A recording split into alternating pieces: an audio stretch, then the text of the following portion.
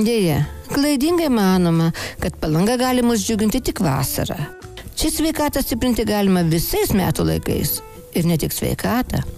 Viešbučio Žilvinas naujai atsidaręs estetikos ir grožio centras rūpinasi ir grožiu. Viešbutyje Žilvinas Palangoje esame atidarę estetikos ir grožio centrą, kuris vadinasi Estetik Italija Baltija.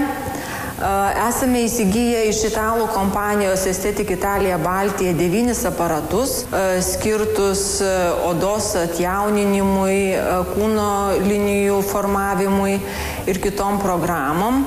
Esame vienas didžiausių aparatinės kosmetologijos centrų vakarų Lietuvoje ir kviečiame visus, kurie rūpinasi savo grožiu, atvykti pas mus, išbandyti įvairias terapijas, mikrodermabraziją, deguonies terapiją, taip pat elektroporaciją, lipokavitaciją, limfodrenažinį masažą ir daugelį kitų programų, kurios yra naujiena dar Lietuvoje, nėra labai populiarios, bet tikrai labai efektingos ir duoda iš karto matomus rezultatus. Palangos Žilvino estetikos ir grožio centre yra procedūrų padedančių įveikti didelį moterų grožio priešą – celiulitą.